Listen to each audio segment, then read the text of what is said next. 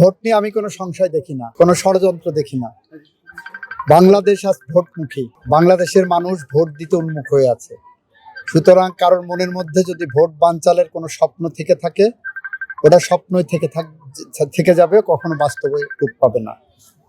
সুতরাং জাতীয়ভাবে ভোট নিয়ে আমি কোনো সংকটের সংশয়ের আশঙ্কাই নাই। দ্বিতীয়ত হলো, শৈলকুপায় সন্ত্রাসের রাজত্ব ছিল এক সময়।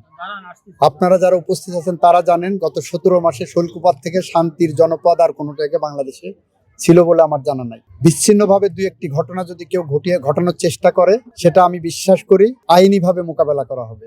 সেখানে আমাদের নেতাকর্মীদেরকে ধৈর্য ধারণ করতে বলছি, কেউ অশান্তভাবে তার প্রতিবাদ করবে না, এটা আমাদের নির্দেশনা। তৃতীয়ত হলো, আপনারা যারা বলছেন, আপনারাও জানেন, সারা বাংলাদেশ জানে যে বেহেশতের টিকিট বিক্রি করার নাম করে ভোট চাওয়া হচ্ছে। বাড়ি বাড়ি যে মহিলারা যাচ্ছেন, যাওয়ার পরে তালিম দেওয়ার চেষ্টা করছেন, কোরআন শরীফ একটা বের করে বলছেন দাঁড়িপাল্লায় ভোট দিলে বেহেশতের টিকিট পাওয়া যাবে। আপনারা দেখেছেন তাদের একজন প্রার্থী ঝালুকাঠিতে বলেছেন সিগারেটে শুক টান দিতে দিতে দাঁড়িপাল্লায় ভোট দিলে তার সব গুনাহ মাফ হয়ে যাবে। আমরা বলছি এটা ইসলাম বিরোধী কথা, এটা শিরকি কথা একদিকে, যেমন অন্যদিকে আমাদের প্রচলিত নির্বাচনী আইন যেটা আছে, নির্বাচনী আইনের এটা লঙ্ঘন। কারণ নির্বাচনী আইনে বলা হয়েছে ধর্মকে অপব্যাখ্যা করে কেউ যদি নির্বাচনে ভোট চায়, সেটা হলো নির্বাচনে আচরণবিধি লঙ্ঘন। আমরা তার বিরুদ্ধেও কথা বলছি।